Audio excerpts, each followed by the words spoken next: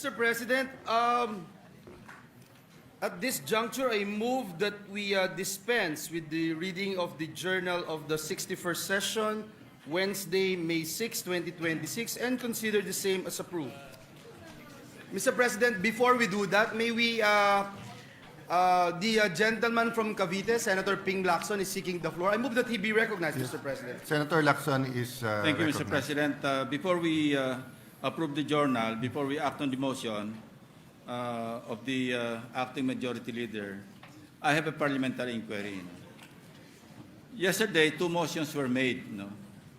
The first one made by Senator Villanueva, citing in contempt of the Senate the NBI agents who allegedly tried to prevent Senator De La Rosa from attending yesterday's session. And the second one concerning the proposed amendments to the rules a motion made by Senator Marcoleta. On the first motion, Mr. President, I would just like to ask how my vote was counted.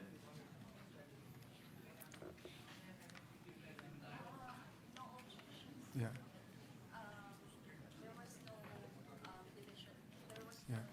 There was no division of the House. I have a copy of the TSN of yesterday's session, Mr. President, and it says, which led to the, and I quote in part, which led to the body's unanimous consent to move that we cite in contempt those individuals running after Senator Ronald Bato de la Rosa. Mr. President, as per our rules, particularly Rule 41, Section 117, it says here, the vote of a senator absent from the session at the moment he is called to vote shall not be counted. At that time, we were at the lounge along with Senator Tito Soto, Senator Risa, Senator Kiko, and Senator Mix. We were at the lounge and we were monitoring the proceedings, the ongoing session. And to say that my vote is counted along with the others, because it says here unanimous, that's why I stood up before we approved the journal, Mr. President. For a full explanation of that, I will refer to the Committee on Rules, because to my knowledge, that is the tradition of this chamber. When we pass resolutions and there's no objection, whoever is present during that time is counted as to have voted for it. That has been the tradition even during the time of Senator Soto. Thank you, Mr. President. But if that is the inquiry, so that we can set straight our rules and the records, if the gentleman wishes, I will refer to the Committee on Rules and ask them to report out maybe by Monday. Thank you, Mr. President. Except that Rule 41, as I mentioned, Section 117, maliwanag po sinasabi, pagka wala yung senador sa session hall at the moment he is called to vote, shall not be counted. Yes. Which, for example, the resolution against the Chinese ambassador, many of us weren't in the session hall. Pero nung sinabing no objection, kinount din lahat. So, in many periods. But I see the gentleman's point, and if we want to be accurate, then let's ask the Committee on Rules, which includes the minority, to come out with a better formulation.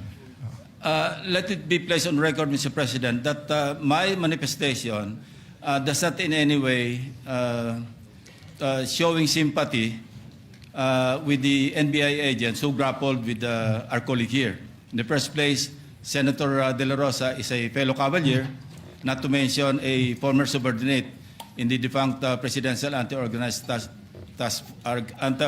Crime Task Force, and he's a fellow senator. Yes, that's very, so, just to that's very well taken. And for the record, Senator Lacson has always stood up if he thinks that there's a misapplication of the rules. But just on that point of the NBI, I think we're far from going into the whole truth, because early this morning, I think 7 a.m., I was watching the videos. I saw, I do not know whose vehicle it is, but it's a white vehicle with 7.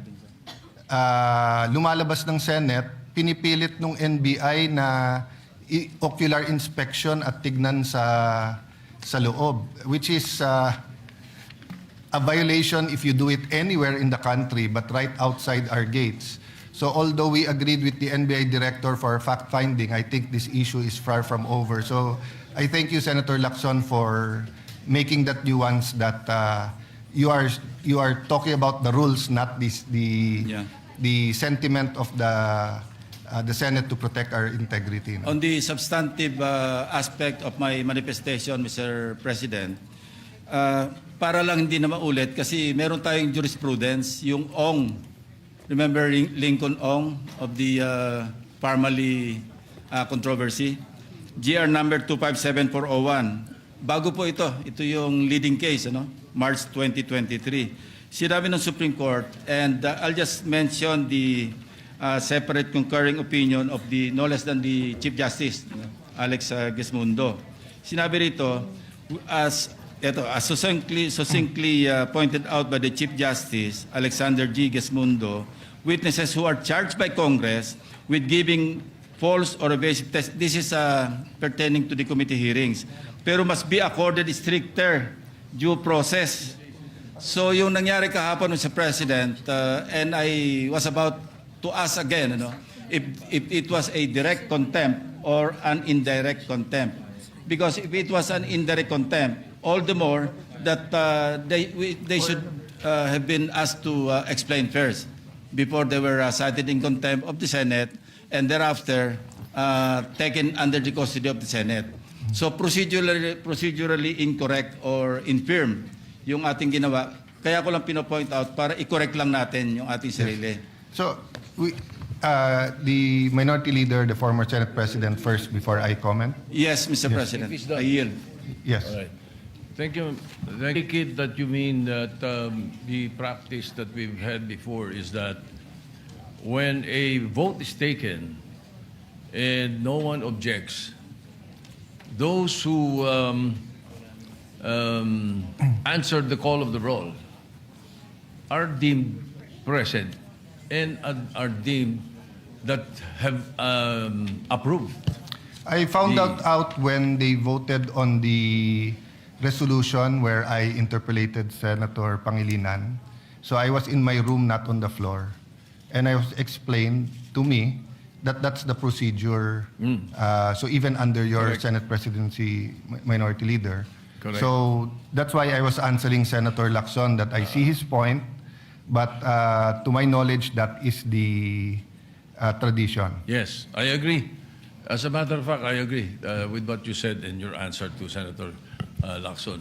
But my point, Mr. President, then in that case, then one of us or I who have voted in favor based on our tradition would like a reconsideration, a Of motion for the- reconsideration of the motion to contempt. To contempt. Not So- because it is, again, like what Senator Lacson mentioned, it's not about, does not have anything to do with the people of the NBI or us or Senator Bato.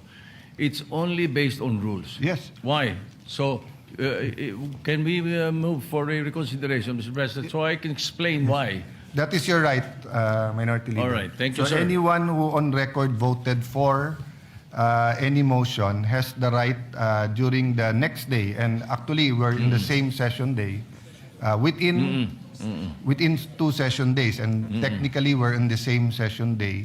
So it is your right to move for reconsideration. Then the Majority Leader will either adhere or will object. All right. Correct. Thank you, Mr. President. Now, here's the point. Based on our rules, the rules of the Senate, and it is consistent with the fact of the contempt of power of the Senate is limited only during inquiries in aid of legislation.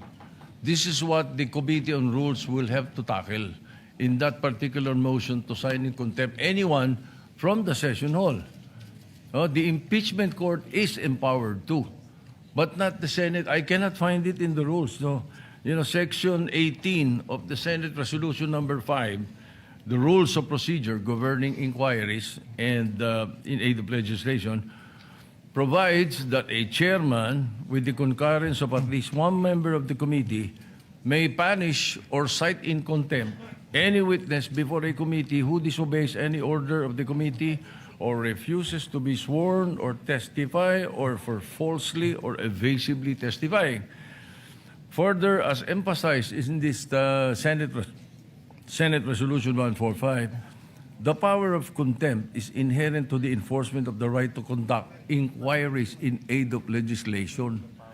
So, in fact, Senate Resolution 237, such power of contempt was delegated to the subcommittees as they comprise the same membership as the main committee and should have the committee's full powers, including the power to cite and punish witnesses in contempt. All right. Now, the other instance that we are allowed to the power of contempt is during impeachment proceedings constituted as an impeachment court, not as a Senate, only in committee hearings in aid of legislation. So, the only instance that contempt is mentioned in our rules is the duty of the Sergeant at Arms to enforce a citation in contempt issued by any committee of the Senate and to detain and place under custody witnesses, etc., etc. And the jurisprudence mentioned by Senator Lacson by the Supreme Court in Uyong versus the Senate of the Philippines, the Supreme Court discussed that concomitant to the power of legislature to conduct inquiries in aid of legislation is its power of contempt impliedly provided under the 1987 Constitution. So that is my point, Mr. President. So I think we should not approve the motion to contempt right away without consulting the Committee on Rules to find out whether this is correct or not. That we can only cite in contempt, the Senate can cite in contempt when we are in aid of legislation and we are in a committee. Maybe Before we then- have a ruling, let me Yes. just expound on the decision yesterday. The chair yesterday mentioned that in several Supreme Court decisions, as early as Arnold versus Nazareno, the Supreme Court upheld the inherent right to self-preservation of the legislative body. And the chair explained that if a committee is given a power to hold in contempt, so much more the plenary. And that there are two kinds of contempt. The indirect contempt and the direct contempt. So for example, if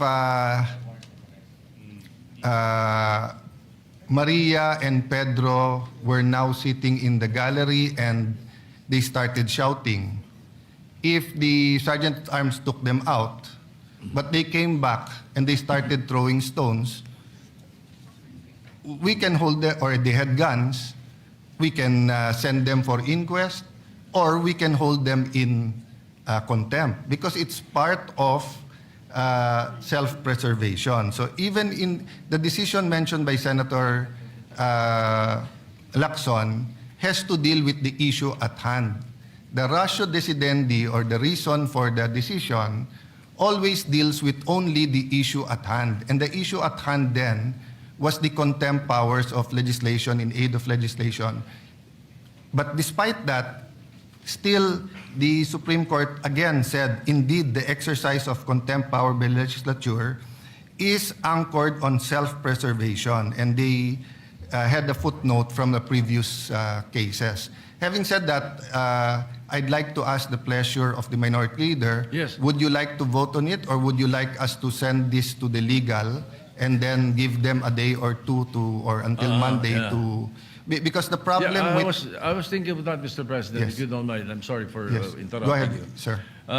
Because the Supreme Court itself laid down the limitations. That's why we have to discuss it perhaps in Yes. the committee or Yes. the legal. No, the first limitation: the subject hearings were conducted in aid of legislation. 1, 2. Second limitation: the assailed rules are compliant with the publication requirement of Section 21, Article 6 of the 1987 Constitution. And the third limitation is that the committee failed to accord petitioners their constitutional right to due process relative to the conduct of its proceedings. Therefore, we were in plenary session yesterday, and then we were suspended when this event was being discussed. So, again, the pleasure, really, Mr. President, if you do not mind, is that we refer the motion Yes. to the Committee on Rules. We are in agreement, but just to explain, one example I gave yesterday, even if it wasn't in the rules of court, or even if there's no precedent, if we were in the Supreme Court, and while they were in hearing, I ran after or tried to arrest or tried to mug one of the justices, they can hold me in direct contempt because it's really about self-preservation.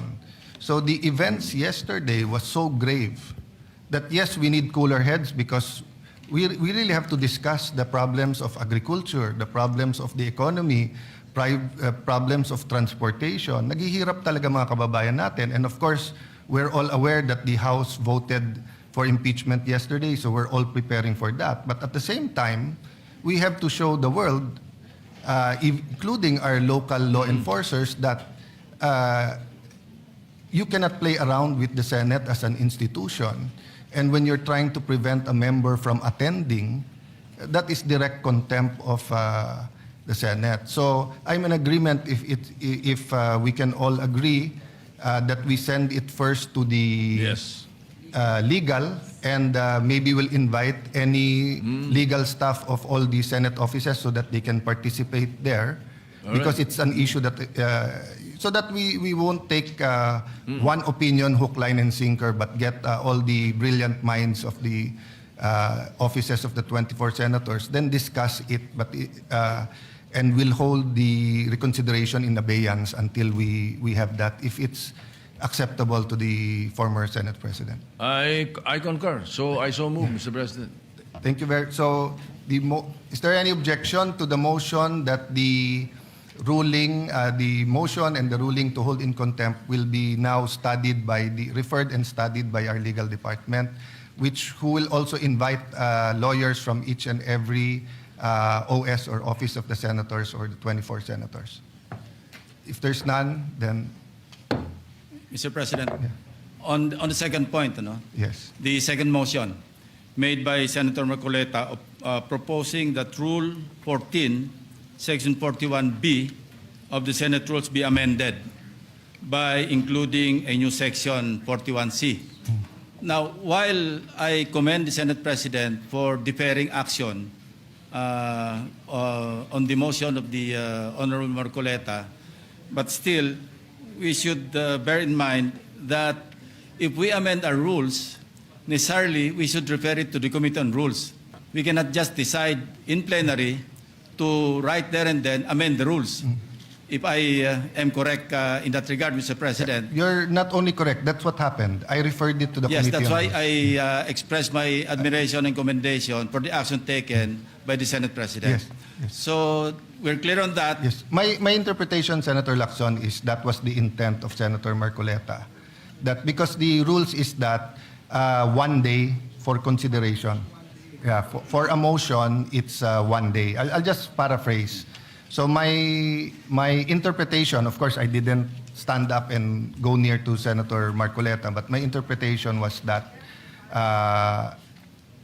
my understanding is I always have to follow the rules. We always have to follow. So when a senator makes a motion and there is a specific rule, then we will follow. But the Committee on Rules is allowed to meet right away, but that doesn't mean they can meet right away and not follow the 1 day rule. Yeah. Thank you for the clarification, Mr. And thank you President. for... That would be all. Yes. And to be fair to our former Senate President, Mig Subiri, he also made it very clear that our tradition is that if it is amendment of the rules, we consult and then we not only give a copy. So actually the Secretariat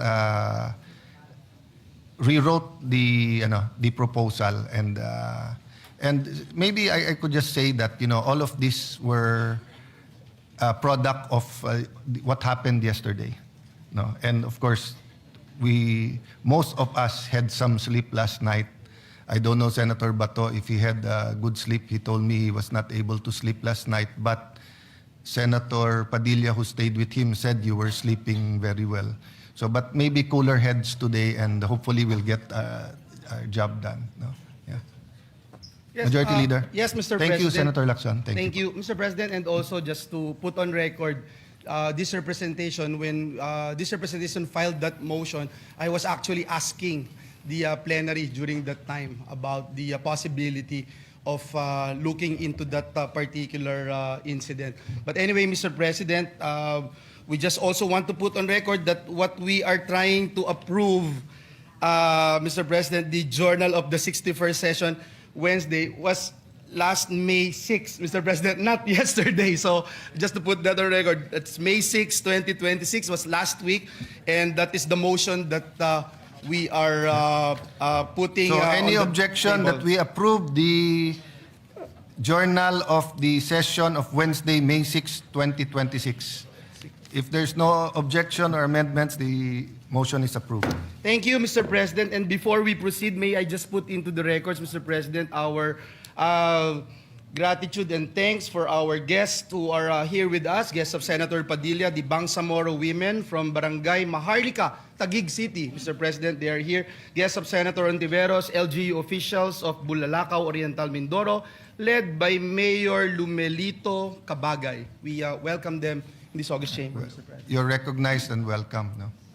Mr. President, Maybe, Majority Leader, in behalf also of the Senate, I also apologize to those who had to stay longer within the Senate yesterday while we were identifying the agents who ran after Senator Bato. I think even former CHED head Popoy Jevara and many others were here. And Senator Pia also reminded me that there are hearings scheduled, and just to inform the body, the tradition is even if the positions are vacant, you can continue with the scheduled hearings because they are the same members and the chairman is automatically a member. Senator Bam Aquino? Mr. President, I'd like to clarify. There's a BICAM scheduled for Thursday Yes. on the voucher bill, which has been passed on third reading here and in the House. Shall we also continue with the BICAM for the voucher program, Mr. Yeah, President? if there's no objection, I think we should all continue. And in fact, I'm hoping to have a all Senator caucus soon. I just don't know if today or tomorrow to discuss the committees and to even consult the minority even before we offer certain committees. But anything that is pending and should be, I think the only things that are technically on hold is new hearings and the sponsorships on the floor pending designation of chairman. Thank you. Thank you for the asking clarification, that. Mr. President. Mr. President, Senator Senator Pangilinan is Pangilinan. also seeking the floor. It's just a clarification as regards the hearings of the committees that can be conducted. When we say we will not be conducting new hearings, does this exclude hearings that were suspended and will just be, under our rules, allowed to resume as the hearings have yet to be terminated? So the tradition is if there's a vacancy in the chairmanship, there's a vice chairman that takes over. But if the vacancy is in all, the Which is the case, Mr. President, yeah, because in all, the chairman can continue the hearings that are ongoing. Okay. So my interpretation is, let's say you had a hearing today, you conducted it, then you say the next hearing is Monday. But we hope to finish the committees by Monday in consultation with everyone so that hindi nga maipit lahat ng trabaho natin. So with the understanding, Mr. President, that this suspension of our rules by unanimous consent, It's not a suspension, it's a tradition that is consistent with the rules. Because when you're chairman, you're automatically still a member of that. Yes. I'm telling you what the Secretariat informed me yesterday because Senator Pia called me and called my attention and told me na presyo ng kuryente yung hearing niya. So unless we designate her again as chairman of energy. So I consulted the secretariat and they mentioned the tradition that you don't have to cancel the hearing. Just a question, Mr. President. Yes, Mr. Thank you. Independent. Thank you, Mr. President. Independent leader, there's two of you. There's two of us, the two independent leaders here. But Mr. President, just a quick question. Yes, because it's a bit confusing to our colleagues when they asked about their committee reports. Some are already supposed to be handled on the floor, the committee hearings, because I can recall that the motion yesterday was all positions vacant. So if it's all positions vacant, that would also mean the memberships, Yes. Mr. President. Because that's correct. Yeah, so I'm just asking for clarification so that we can be guided accordingly. If we do, then we have to reorganize really quickly. That's why, Mr. President, if I may suggest, by unanimous consent, we can suspend our rules. And I would like to think that would be the better route in terms of allowing hearings to be conducted by former committee chairpersons and former members until Monday, as the Senate President earlier mentioned, that you would have disposed of the issue by Monday. Yes. I am Mr. overwhelmed President. by the number of brilliant minds and former Senate Presidents. So with your permission to answer the question, former Senate President Escudero will give Yes, his Mr. input. President. To lend some clarity to the issue at hand, I would like to read and spread onto the record Section 19 of our own rules. The chairman and the members of the permanent committee shall commence in the exercise of their duties upon their election. They shall cease when their successors shall have been elected or designated. So my understanding, given the plain meaning of this rule, is that the chairmen, although their positions were respectively declared vacant to avoid a void, shall continue until their successors shall have been designated and or elected. My understanding further is that should there be any BICAM that needs to be done or finished within this week until their successor shall have been elected, then it should proceed so as not to cause any undue delay without need of suspending the rules, Mr. President. I submit, Mr. President. Yes. Again, Mr. President, it's the point. Well, the motion yesterday was to declare the positions Yes. vacant. So there is no chair, there is no vice chair, there are no members. So how can a committee convene or continue with its proceedings when there is no chairman, there are no members? Members and chairpersons and vice chairpersons are elected. As a matter of courtesy and tradition, And that's why, yes, instead of just saying the name and then replacing the chairman, which happens in certain instances with the permission of the two individuals, when there is a leadership change, usually there's a question of the chairmanship. So there's sometimes a motion to declare all positions vacant. But that is the brilliance of the rules. The rule is very clear. The chairman and the members of the permanent committee shall commence in the exercise of their election of their duties, and they shall cease when their successor have been elected or designated. So out of prudence, usually in controversial hearings and in new bills, etc. So for example, if the divorce bill is very controversial, and let's say Senator Villanueva was hearing it, and then he was replaced, usually he will not call another hearing out of prudence and respect for the body.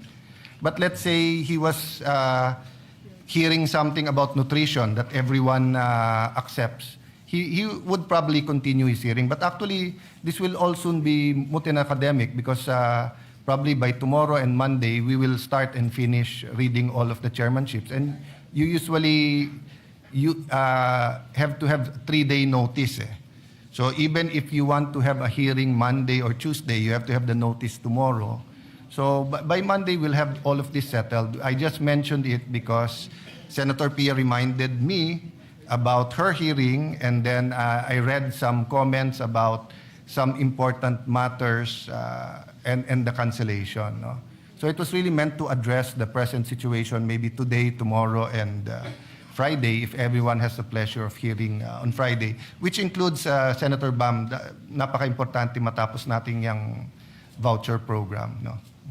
Well, Mr. President, if I may suggest, so that we can dispense with this, is let's just suspend the rules with unanimous consent, with the understanding that this is to be a suspension until Monday when the matter has been resolved the by the election of new The problem is, if you chairpersons. suspend the rule, you'll suspend Section 19, then it will be worse because there'll be no... Well, Mr. President, the trouble also with Section 19 is that it assumes there is a chairperson and a vice chairperson and members. We already declared all positions vacant. There are no chairpersons today. There are no vice chairpersons today. There are no members of all these committees today. So when you say they shall cease, they meaning as chairperson, as vice chairperson, and as members. But that's not the case. We declared all positions vacant. Yes, and it is vacant, but they can continue until their successors have been elected. It is taught in law school that when there are rules, you have to interpret it. Reason for this rule, if in fact we did not remove chairman, because then the rule would simply be the vice chairman would take over, the senior member, etc. So actually this rule takes care of any situation, including, for example, if 3 senators have resigned and have joined the executive department, and then every member from that committee resigned. Then they will continue to be vice chairman and committee members. If it's your pleasure, Senator, and I sort of see your point, but I see the logic of Senator, we can refer it to the Committee on Rules. Yes, I think that would be better, Mr. President, so that we can get a clear definition or a clear ruling or a recommended ruling from the Committee on Rules and legal interpretation of this particular rule. Thank you for bringing that up. No? Thank you, And Mr. at least we'll clear it up so that those who have important hearings will not need to cancel it. Well, So- but just on that point, Mr. President, the reason why I'm raising this is because we do have committee reports that we are ready to submit. And so we would like to be clear as to, can we still submit these committee reports today, tomorrow? Can we still sponsor committee reports that have been submitted tomorrow or maybe even Monday? Because we do have committee reports that we can sponsor. So, preliminarily, if you follow the rule, Section 19, you can. But prudence, usually, on controversial bills, they do not, because the ratio between minority and majority also changes, and sometimes the alignments are ideological, sometimes the alignments are political, sometimes the bill are the same. So it really depends, no? Yes, But again, the new majority will endeavor to finish the reorganization latest Monday, no? Okay, thank you, Mr. President. Just for the So record. the comments are on the record and referred to the Committee on Rules. Yes, Mr. President. And just for the record, we were supposed to sponsor 2 measures on under as chairman of the Committee on Justice on the citizenships of 2 the principal sponsor, Senator Bongo and Senator Pia Cayetano. Are they here today? They were here yesterday, but I want to know if we can schedule it Yes. tomorrow. Majority Leader, Mr. President. may I request that you discuss with Senator Pangilinan and the 2 sponsors? Maybe we can accommodate tomorrow. Because there is a timeline as Yes. to the... okay. Thank you, Mr. President. Thank you. We will be ready tomorrow. Thank you, Mr. President. We'll do that, Mr. President, and I hope the real majority leader will be elected soon, Mr. President. Mr. President, at this juncture, and just to You mean give the our permanent, colleagues, permanent majority leader, colleagues not the opportunity to vote on 3rd reading, Mr. President, may I respectfully move to consider on 3rd reading of bills. Mr. President, the printed copies of these bills were electronically distributed to the members on May 8, 2026, in compliance with the 3-day rule in the Constitution. And so with that, Mr. President, I move to approve on third and final reading Senate Bill number 1894. This bill enhancing the Universal Access to Quality Tertiary Education Act. So move, Mr. President. Any objection? There being none, consideration of Senate Bill number 1894 on third reading is in order. The Senate Secretary is directed to read the title of the bill and proceed with the voting. Senate Bill number 1894, an act enhancing the Universal Access to Quality Tertiary Education Act, amending for the purpose of Public Act number 10931. Roll call of members. Senator Aquino. Senator Cayetano Pia. Senator De La Rosa. Senator Ejercito. Senator Escudero. Senator Estrada. Senator Gatchalian. Senator Go. Senator Hontiveros. Senator Lacson. Senator Lapid. Senator Legarda. Senator Marcoleta. Senator Marcos. Senator Padilla. Senator Pangilinan. Senator Soto. Senator Tulfo Erwin. Senator Tulfo Rafi. Senator Villanueva. Senator Villar Camil. Senator Villar Mark. Senator Subiri. Senate President Cayetano Alan. With 21 affirmative votes, 0 negative vote, 0 abstention, Senate Bill number 1894 is approved on third reading.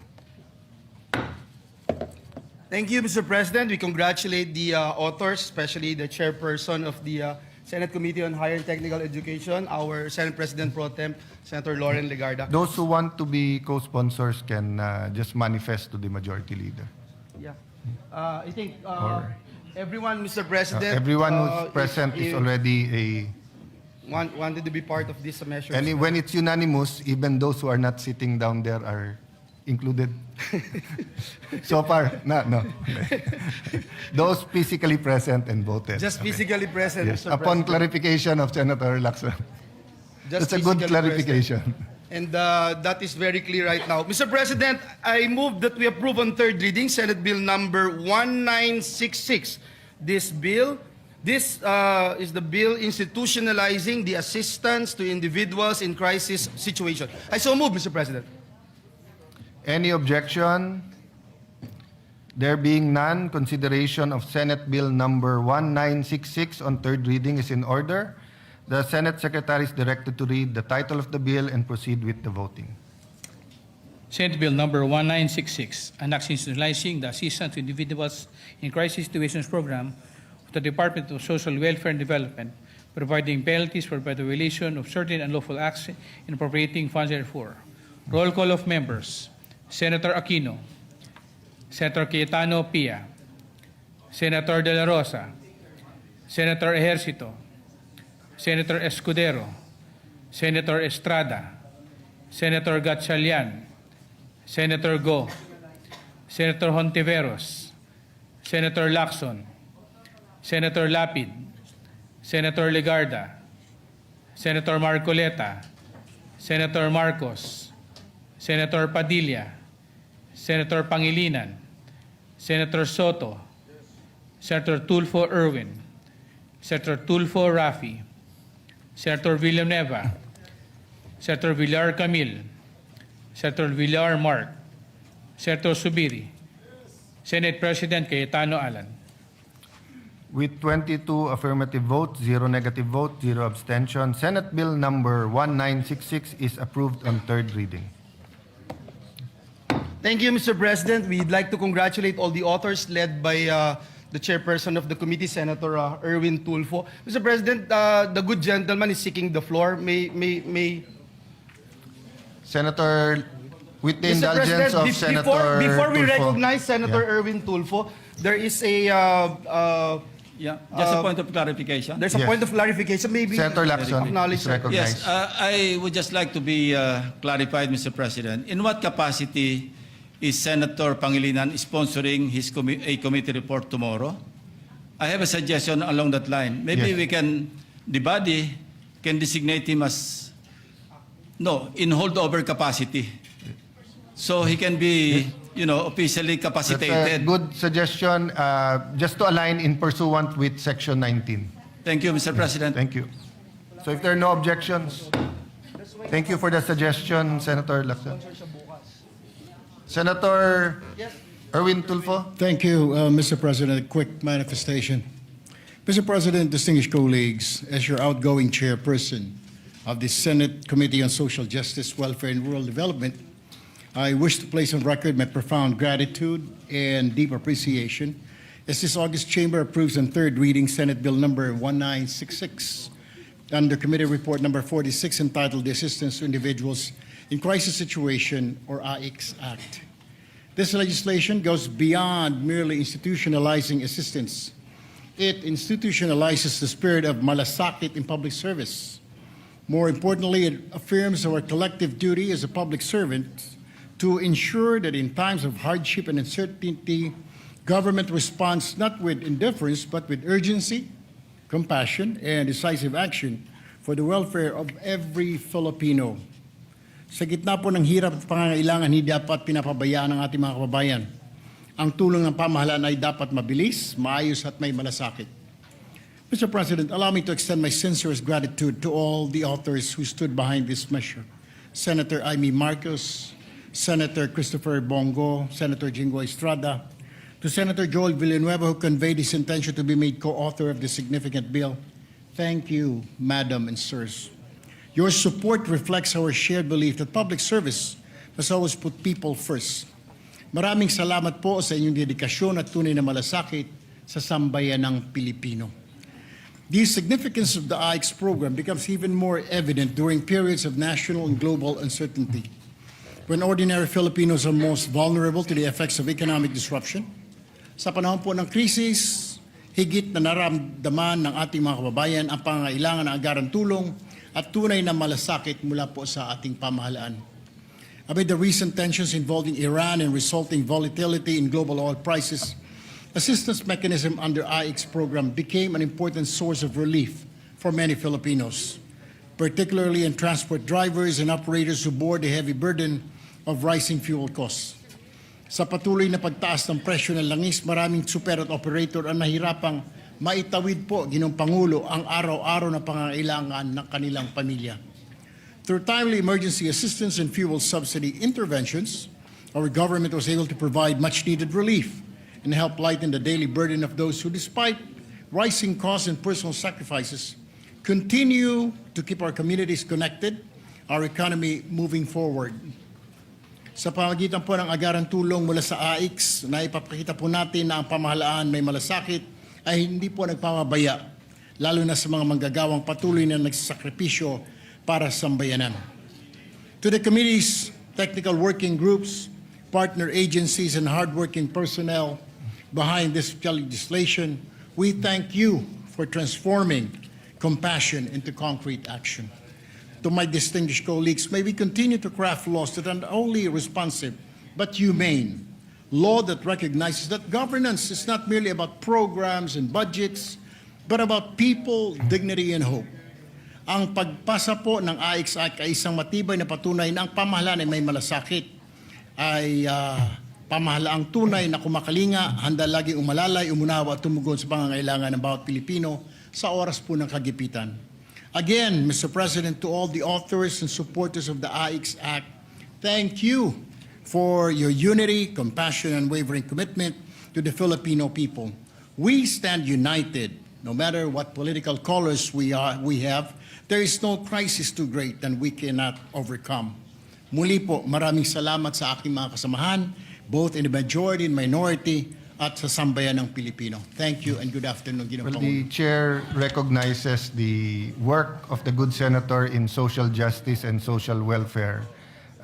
Very well taken ang manifestation, except the part that he said he will be leaving the committee. We're not yet that sure, as we recognize your work in that committee. Thank you for your manifestation. Senator, Mr. President, next to explain her vote, especially on Senate Bill number 1894, is the distinguished lady from Antique, the chairperson of the Senate Committee on Higher and Technical Education, Senator Lauren Legarda. I move that she be recognized, Mr. President. Mr. President, esteemed colleagues, I would like to thank all our colleagues in the unanimous vote on the free tertiary education amendments. And we know that this measure strengthens RA 10931 and ensures the promise of free and equitable tertiary education, that it truly reaches the poorest Filipino families. EDCOM 2 revealed stark gaps in the implementation of student assistance programs. Many of our most vulnerable learners continue to struggle with the rising cost of transportation, food, housing, and school requirements despite existing support mechanisms. This bill ensures that limited government resources are directed first to those who need them most, aligns allocation strictly with household income, guarantees timely, inflation-adjusted support, and demands accountability for the use of public funds. Ang edukasyon ay hindi lang dapat libre, dapat ito'y makabuluhan at nagubungan ng tunay na oportunidad mula enrollment hanggang graduation at trabaho. This measure is for our students, especially the poorest, who now know that the government stands behind their dreams. Dapat laging patas ang pagbibigay ng pagkakataon sa bawat batang Pilipino na nangangarap.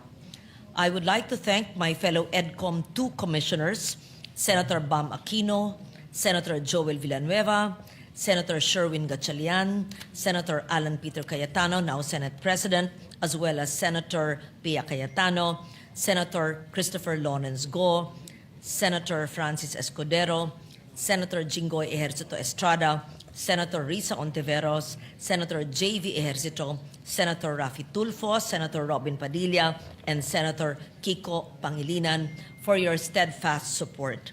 I express my deep gratitude to all who joined in advancing this measure. And just to take note that the House of Representatives had already passed this measure on third reading. Thank you, Mr. President. Thank you, Mr. President. Before I ask for this representation's recognition, Mr. President, our dear colleague, Senator Risa Ontiveros, is seeking the floor. May I move that she be recognized, Mr. President? Yeah. Senator Ontiveros is recognized. And we thank Senator Legarda for her explanation of the vote. Salamat po, Mr. President. Inquiry, Mr. President, in line dun sa action ng body natin regarding Senator Pangilinan on the suggestion of Senator Lacson. Two inquiries, Mr. President. For clarity, Mr. President, dahil this representation is the former chair of the Senate Committee on Women and also former chair of the Senate Committee on Health.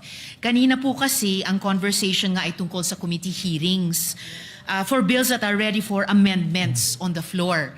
Halimbawa itong apat, Mr. President. So, ang unang inquiry ko po, would I still be allowed to introduce the amendments as former chair in relation po to the action of the body on holdover capacity of Senator Pangilinan in his former committee, Mr. President? First inquiry. As to introducing individual amendments as a senator, of course, that's always your right.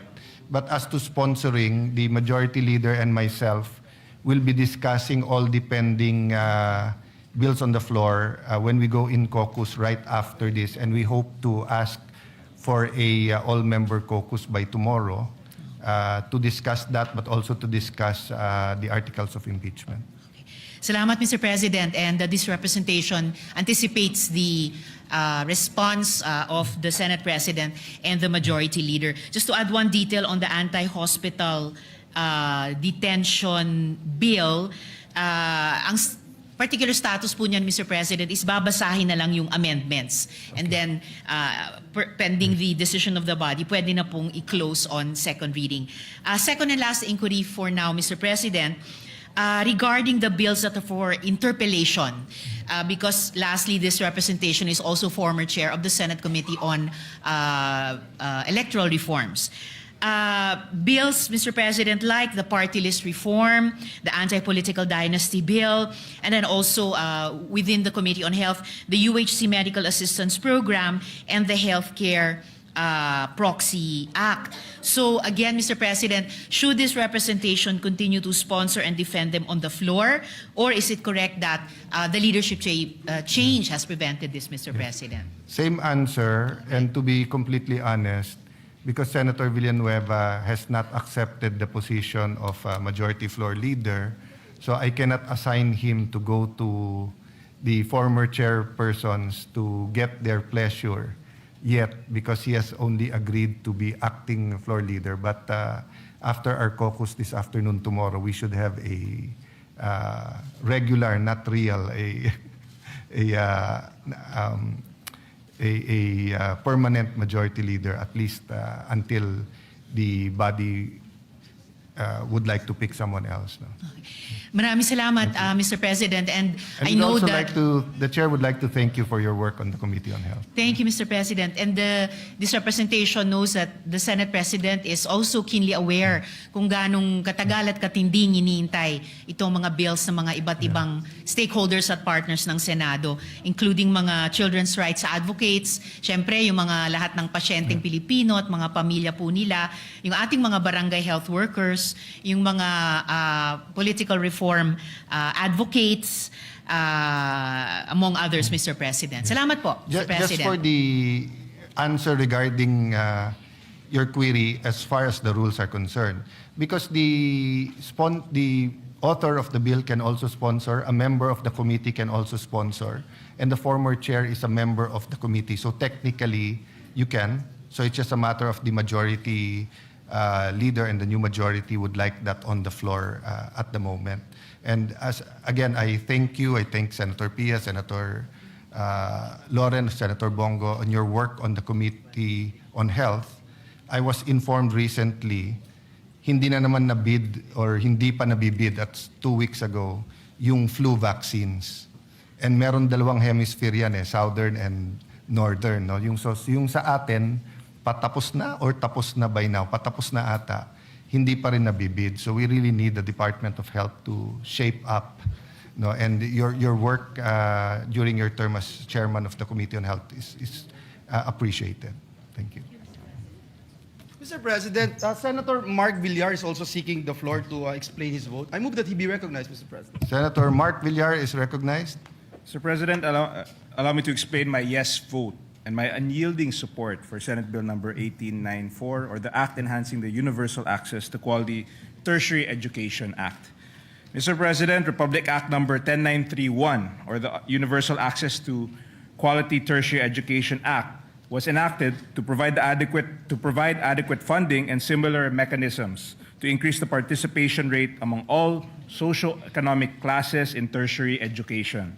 While the law provides for free tuition, it does not cover the incidental expenses of studying and going to school in college. Mr. President, maraming kabataang Pilipino ang gusto makapagtapos ng kolehiyo, ngunit walang sapat na pinansyal na kakayahan upang tustusan ang pang-araw-araw na gastusin sa eskwelahan. Bagaman libre ang tuition fee, mahirap para sa ilan nating mga kababayan ang tiyakin na mayroon silang gagastusin sa pamasahe at pagkain pagpasok sa eskwelahan. Kung kaya, Mr. President, napipilitan ng marami na tumigil sa pag-aaral para magtrabaho upang tustusan ang pang-araw-araw na gastusin ng sarili at ng kanilang pamilya. Sa pag-aproba natin ng panukalang ito, wala nang estudyante ang mapipilitang magtrabaho upang tustusan ang kanilang pag-aaral. Posible na makapag-focus na sila sa kanilang pag-aaral at hindi naiisipin kung saan kukunin ang panggastos. Mr. President, this bill will narrow the gap between the objectives of the free tertiary education law and the glaring realities on the ground faced by the underprivileged and marginalized.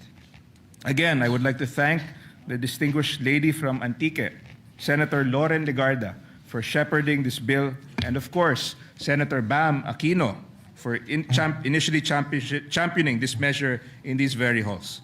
With the indulgence of the good sponsor, again, you mentioned it earlier, but I'd just like to reiterate that I would also like to be made a co-author of this bill. Thank you, Mr. President. Thank you, Thank you Senator very much, Villar. Senator Villar. May I be allowed, Mr. President, just to give a very short explanation on this particular measure, because this is also our pet bill, Mr. President. If you accept the position of majority leader, then you can proceed. Thank you for being considerate, Mr. President. Mr. President, we vote yes on the proposed amendments to the Universal Access to Quality Tertiary Education Act. When we enacted, Mr. President, this RA 10931 during the 17th Congress, we opened the doors of higher education to millions of young Filipinos. But as the findings of EDCOM 2 have shown, access alone is not enough. Many students continue to face learning gaps, financial pressures, and other barriers that prevent them from completing their education.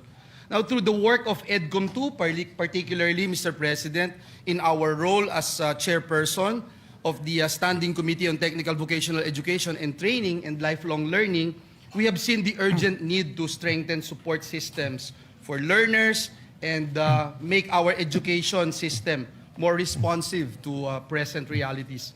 These amendments move us closer to that goal by improving the delivery and targeting of tertiary education support and ensuring that more students are not able to enter school but also complete their education successfully.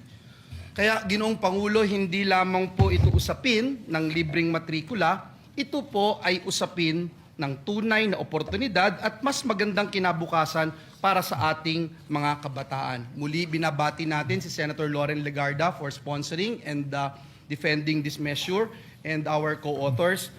For these reasons, Mr. President, and as author and co-sponsor of this measure, we reiterate our yes vote. Itaas po natin ang antas ng edukasyon sa Pilipinas. Maraming salamat po and may God bless us all. Thank you.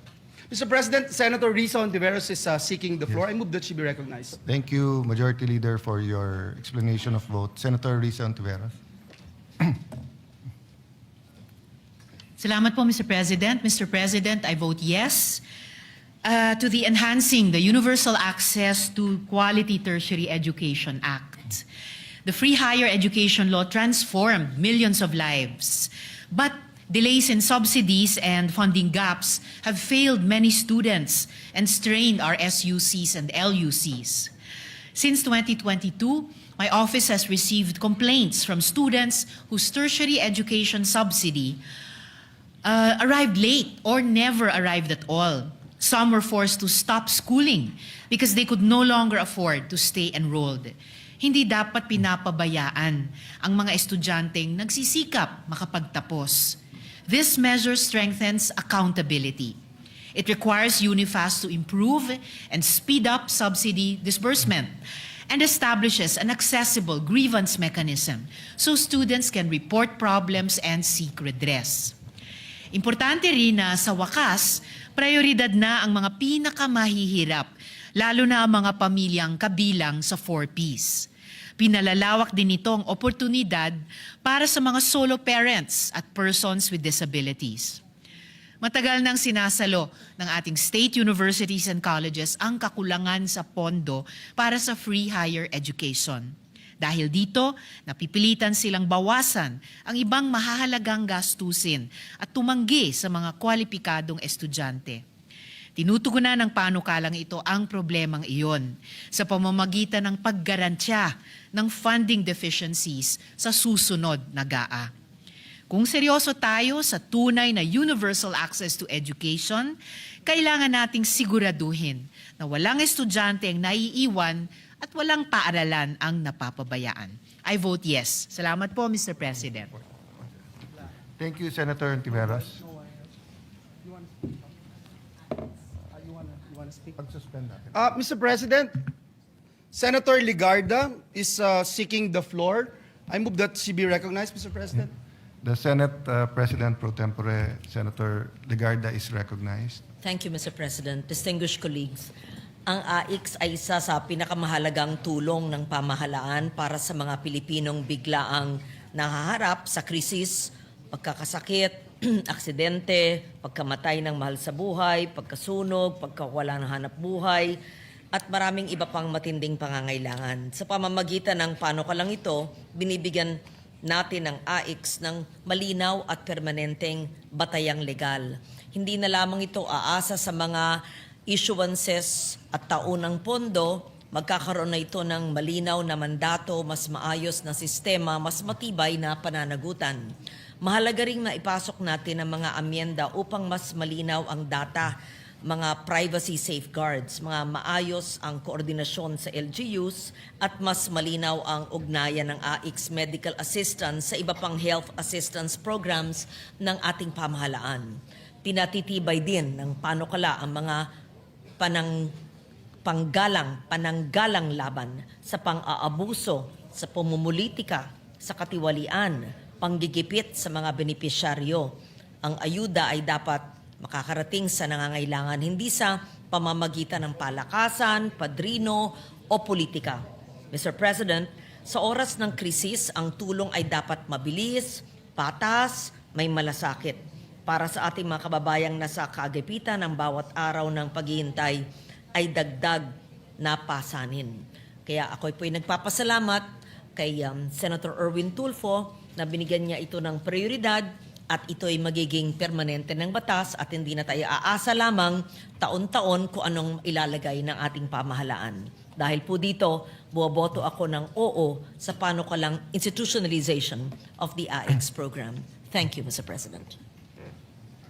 Thank you, Senator Legarda. Mr. President, Majority Leader. Senator Bongo wishes to explain his vote. I move that he be recognized, Mr. President. The Chair recognizes Senator Bongo. Mr. President, I rise to explain my yes vote on Senate Bill 1894, a measure that seeks to amend Republic Act Number 10931 or the Universal Access to Quality Tertiary Education. Ito po yung final ko naman po ay Expanded Free Tertiary Education. Ngayon po ay pinangalanan na po ito na an act enhancing the Universal Access to Quality Tertiary Education Act, amending for the purpose Republic Act Number 10931. Kahit bago pa po ako naging senador, I have been a strong advocate for education at ako po'y naniniwala na ang edukasyon po'y pundasyon ng bawat kabataan at dala-dala nila ito hanggang sa kanilang pagtanda. At naniniwala po ako na ang kabataan po ang kinabukasan ng ating bayan. Noong 2017, nilagdaan po ni former President Rodrigo Duterte ang Republic Act Number 10931. Naging libre po ang tuition sa ating mga state universities and colleges. Isa itong makasaysayang hakbang tungo sa mas pantay na oportunidad at mas maayos na kinabukasan para sa kabataang Pilipino. We thank the champions of this law in the 17th Congress, headed by the principal sponsor, Senator Bam Aquino, who fought it to make it possible, Senator Mig Subiri, na pinaglaban rin po ito, marami pa iba, then Senate President Tito Soto, mga kasamahan natin dito, Senator Lacson, Senator Riza. Hindi pa po ako senador nito noon. Senator Kiko Pangilinan, Senator Gatchalian, Senator Estrada, sino pa ba? Hindi, Senator J.B. Ejercito, Senator Legarda, Senator Pia Cayetano. Marami pong nakipaglaban during the 17th Congress. But during cabinet deliberations, talagang meron pong kumukontra dyan ng mga finance managers. At they recommended sa presidente na i-veto po ito dahil karagdagang gasto sa gobyerno. Concerns were raised by economic managers regarding its fiscal impact. But we stood firm in our belief that free education is an investment in the future of our nation. Muntik na po itong mabito. Alam po ni Chairman Popoy de Vera yan. Ngunit nung panahon po na bilang Special Assistant to the President po ako noon, hinikayat natin ang CHED na ipaglaban at ipaliwanag ang kahalagahan ng panukalang ito. Last minute po ito na sumulat ang ating CHED Chairperson Popoy de Vera. Sabi ko, sumulat ka kay then President Duterte at makiusap ka. At dinala natin ito sa kanya. And we are grateful na nagbago po ang isip ng Executive Department. And we are grateful to former President Duterte na finally pinirmahan po niya. Dahil sabi niya, sa Davao nga po, merong free education doon. At meron siya mga scholarships program po doon kahit na maliliit. Sabi niya, mas gusto ko sa buong Pilipinas po ito mangyayari. Finally, the rest is history at naging batas po ito. Even with the Republic Act 10931 in place, we recognize many challenges in accessing education.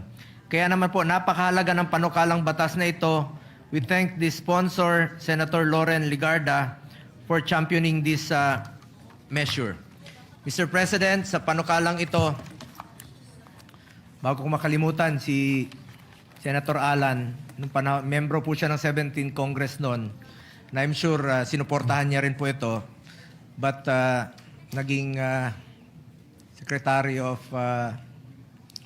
Foreign Affairs kaya nung mga panahong yon. I don't know kung senator ka pa during that time, but membro ka po ng 17th Congress at I'm sure pinaglaban mo rin po ito. Sa panukalang ito, Mr. President, hangad natin na mabigyan ng tertiary education subsidy ang mga indigent patients. Ibig sabihin, expanded, may pagpipilian sila. Yung mga lugar na walang yung kurso na ino-offer ay hindi nila ma-avail, ay pwede itong ma-avail po sa mga private universities. Hindi lamang po ito sa mga public colleges and universities. Maaari rin po itong gamitin sa private higher education institutions, lalo na kung walang available na pampublikong paaralan sa kanilang lugar. At naniniwala po ako na ang access sa education ay susi sa mas maliwanag na kinabukasan para sa ating mga kabataan. For these reasons, I am putting on record my yes vote for the passage of this very important education measure. Salamat, Mr. President. And likewise, as one of the authors of Senate Bill number 1966, which seeks to institutionalize the assistance to individual in crisis situations. Ito po yung AIX, kilalang-kilala po ito na programa ng DSWD. I want to manifest my yes vote to the measure. Sa pag-ikot ko po sa buong bansa, I have seen families who have lost everything, homes, livelihoods, and in some cases, hope. Ang AIX ay matagal nang nagsisilbing lifeline ng ating mga mahihirap na kababayan, lalong-lalo na po sa panahong sila ay naharap sa biglaang krisis tulad ng sakuna, sunog, pagkakasakit, pagkamatay ng mahal sa buhay, aksidente at iba pang hindi inaasahang pangyayari.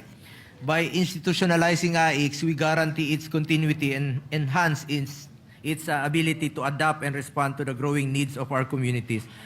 Sana po wag lang gamitin sa politika ang AIX at dapat po gamitin ito sa mga mahirap nating kababayan. Klarong-klaro naman po ang AIX. Assistance to individuals in crisis situations. Ibig sabihin, yung mga mahihirap talaga. At wag sana gamitin sa pamumulitika ang ayuda at tulong sa ating mga kababayan. We congratulate and thank the sponsor, Senator Erwin Tulfo, for prioritizing this measure. With this bill, we affirm to the Filipino people that in times of crisis, the government stands ready to extend a helping hand. Maraming salamat po, Mr. President. Thank you, Senator Bongo. Just on your point na sana wag magamit sa politika and for the information of the public who have a keen eye on the Senate, actually maganda na carry over yung amendment ni Senator Lacson sa 2026 budget, yung prohibition on political involvement in the distribution of cash and other forms of financial assistance is in Section 18. Sa Section 19 naman, prohibition on the display and or a fixture of the name, image, likeness of public officials. So yung suggestion ni Senator Lacson na kineri ng body nung sa 2026 budget, nandito. Tapos may Section 20, unlawful acts. Unfortunately, ang Section 18 and 19, walang penal clause. Ang Section 20 may penal clause may penalties under Section 21. That's why if you noticed, nung nagsimula yung Iran-Israel-US war, parang may bumalik na mga logos at saka mga streamers, posters, tarpaulins na may mga muka sa ilan mga distribution. So baka pwede nating ipaalala sa lahat na the spirit of the law, kahit wala tong criminal penalties, is maybe I can use the word partisan-free. Diba? Dapat non-partisan ang pagbibigay ng ayuda. Mr. President, nalimutan ko lang po kanina. Salamat rin kay Senator Chis Escudero, Senator Angara, Senator Grace, and Senator Nancy Binay. And of course, headed by our finance chair, Senator Loren Legarda, Senator Pia, na pinaglaban po itong free tertiary education. Salamat po, Mr. President. Thank you, Senator Bongo. Mr. President, before we recognize Senator Marcoleta to explain his vote, I think the chairperson of the committee, Senator Erwin Tulfo, would just like to put into the record some of the matters that is Yes. part of what has been discussed on the floor. Senator Thank you. Senator Tulfo has both the legislative acumen, but also he served as secretary, so he knows the practical side of all of this. Thank you, Senator Tulfo, Mr. your President, our new majority floor leader. Nais ko lamang pong sa 18 at 19, wala pong penalty po doon. Pagkos yan po ay plano namin na ilalagay po natin sa BICAM. Pag nagkaroon po ng BICAM na, lalagyan po natin ng penalty po yan. Maraming salamat po, Ginoong Pangulo, for that reminder.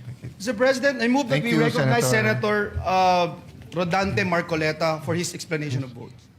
So move, Mr. President. And just a point kay Senator Tulfo, and it can be administrative dahil public officials naman ito, or it may be grounds for disqualification if they are a candidate. So thank you for your work, Senator Tulfo.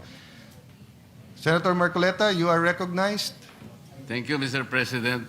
Mr. President, I voted yes in relation to Senate Bill 1966. In doing so, Mr. President, I'm also conscious of the fact that I hope we will find a more equitable way of intervention, socio-economic intervention to the marginalized and the poorest of the poor. Kasi po, alam ko po yung AIX, while it serves as one of the interventions sa mga people in crisis situation, Mr. President, ang dami po kasing problema associated with it. Nandun po yung mga inclusive errors, nandyan po yung mga exclusive errors. Kuminsan po yung mga listahan, kinakailangang i-purge pa para makita natin na talagang didiretso po talaga doon sa nangangailangan. And I'm also conscious of the fact, Mr. President, that this representation has filed Senate Bill number 63, raising the coverage of the lifeline rate subsidy programs for marginalized households. Sa akin po kasing palagay, Mr. President, ito po ay, sa tingin ko lamang po ay mas mabisa sapagkat this is more equitable and it is a method by which our poorest of the poor will be targeted. Ito pong bill na ito ay tinatarget po about 5 million poor families, ranging between 25 to 27 million poor Filipinos. Kasi po ngayon ang lifeline rate, Mr. President, binago na po ng ERC from 20 kilowatt hours per month, ginawa po nilang 50 kilowatt hours. Ano pong initial po naming deliberation sa Energy Committee ng ating kasama, Senator Pia, miski siya po nabigla na yun pong 50 kilowatt per hour per month, Mr. President, ay sapat lamang po pala para pailawan ng 2 bombilya, isang electric pan, tsaka siguro isang transistor. Sabi po ni Senator Pia, ibig sabihin ba itong 50 kilowatt hours na to, wala man lang tsansa yung isang, for example, isang mother na nagtatrabaho rin sa isang kumpanya o sa isang opisina. Paano kung pamplansyahin ko man lang ang damit ko?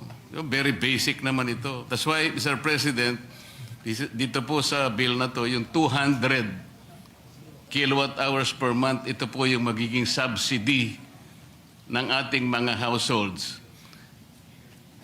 Kahit na po ipalagay natin the monetary value of 200 kilowatt hours per month, let's say is 2,500 pesos.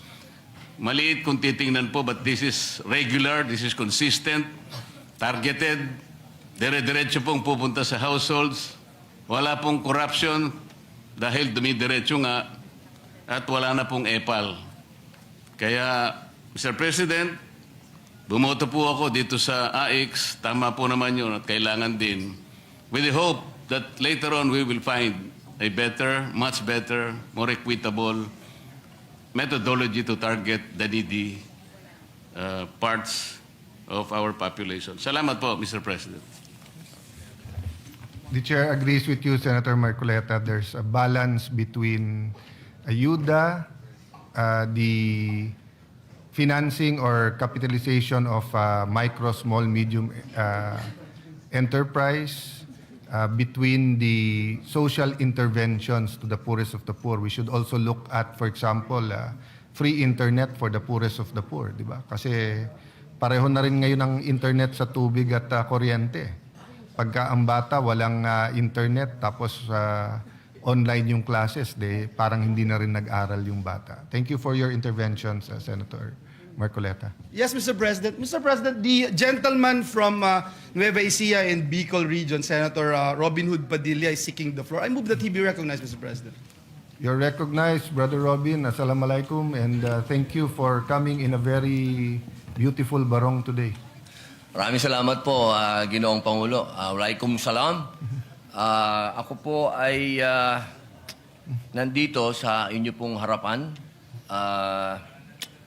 Ginoong Pangulo, ako po ay gusto ko lamang pong linawin ang ilang mga bagay patungkol po sa napakarami pong lumalabas ngayon. Iba't ibang komento, iba't ibang opinyon na parang ang dating sa taong bayan ay magulo tayo dito. Yun po ay hindi magandang impresyon. Sapagkat yung pong nangyari na ang ating mahal na kasama, Senator dela Rosa, noong siya po ay lumabas dito sa atin, malinaw na po na merong warrant of arrest galing sa ICC. Kung nung mga panahon po dati ay kine-question siya, tinatanong siya kung bakit siya nagtago, ngayon po ay wala ng question. Ako po ay nagsasalita bilang isang artista. Sapagkat ginawa ko na po ang mga buhay ng mga magagaling na tao. Katulad po, nung ginawa ko ang buhay ni Senator Lacson, yung 10,000 hours, pati po yung kanyang pagtatago, yun po ay sa kadahilan ng may prinsipyo siyang pinaglalaban. At ganun din po, nung ginawa ko ang buhay ni Senator Bato de la Rosa, may pinaglalaban na prinsipyo itong taong ito. Hindi siya kriminal. Ang napakapangit po na impresyon na binibigay, parang tayo dito sa Senado ay nagtatago tayo ng kriminal. Wala pa pong kriminal dito. Wala pa pong napapatunayan dito. At higit sa lahat, Ginoong Pangulo, ngayon lang po natin napatunayan na tama ang sinasabi ng ating mahal na kasama na may warrant of arrest sa kanya ang ICC. Kaya dito po sana, Ginoong Pangulo, nabubura na yung sinasabi na siya'y nagtatago ng walang dahilan. Yun po yung sana ang maging maliwanag sa taong bayan na meron din po tayong adopted Senate resolution. Ito po yung number 44 na malinaw po doon sa resolution na ito expressing the sense of the Senate of the Philippines to protect all Filipinos against extrajudicial rendition and guarantee then a reasonable time prior to their surrender by extradition from the Philippines to seek redress from the courts and avail of legal remedies. So wala po tayong ginagawang kaimposiblihan dito dahil sinusunod po natin ang resolution natin. Dahil siya po, inaasahan natin at meron din po siyang pending na TRO sa Supreme Court. Ginoong Pangulo, sana wag po tayong magkaroon ng mga mixed messages dito. Hindi ko po hinihingi doon sa ating mga kasama na bumoto ng no dito sa resolution neto na pumanig kay Senator de la Rosa. Pero sana naman, huwag pong idamay ang buong Senado kapag sinasabi na tayo'y magulo, tayo'y katawa-tawa. Dahil tayo naman po ay nasa katwiran. Kung hindi tayo